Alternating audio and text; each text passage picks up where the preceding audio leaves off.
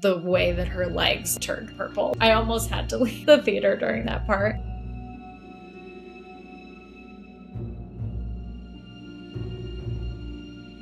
There were things that I liked about the ending. Her death felt unnecessary and I was angered by it. But purely from a story perspective and how tragic these characters' lives are, it made complete sense and it felt fitting. And I especially loved that we got this heartbreaking, but still gorgeous in a bad way visual at the end with all of that blood in the pink fleshy room. That is the ending that we should have gotten based on how the rest of this movie went and how dark and depressing this story is. Me as a simple movie watcher, not with my writer's hat on, liked that we had this kind of stinger of an ending with going back to them as kids. It felt really like sweet and heartwarming, and it didn't end the movie on as high note as you can get it for a movie like this. But again, flipping back to writer me was like, it didn't really match the rest of the movie. I didn't feel like we deserved to have a happy ending.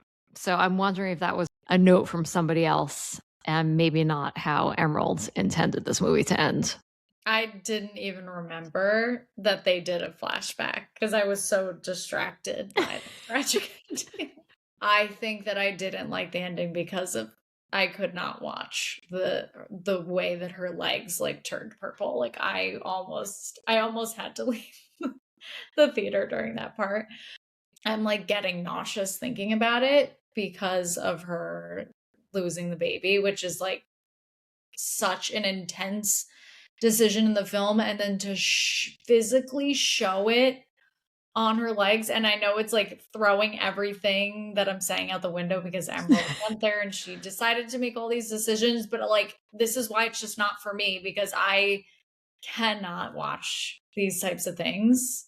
But the way that you just described like the fleshiness of the leeches, I like at first was also a little queasy about it, but the actual that shot of like the leeches going up the wall is so powerful, and it's kind of like the ultimate till death do us part. He just wanted to be holding her hand the day that she died, and he just couldn't get there in time because they were sabotaging it.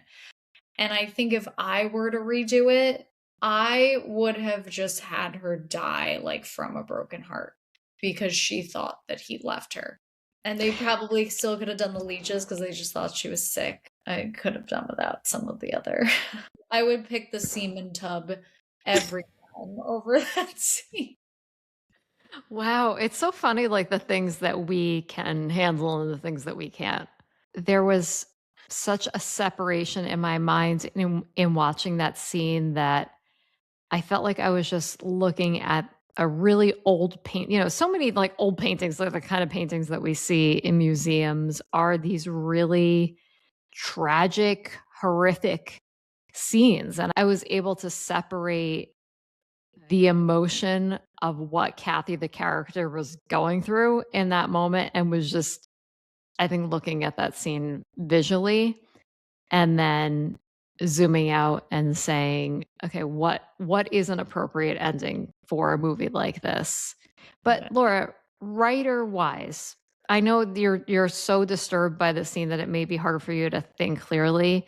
You didn't think that that ending was so much more appropriately in tone with what this movie was than their affair segment?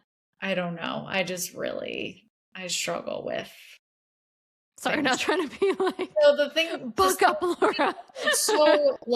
it's so ridiculous for me to say as a woman who's never had a baby, never experienced pregnancy loss, any of these extreme things that women go through. But I think I'm just very compassionate and saddened by like the things that women's bodies experience. I'll also watch it, but I'm not gonna want to finish my Sour Patch Kids.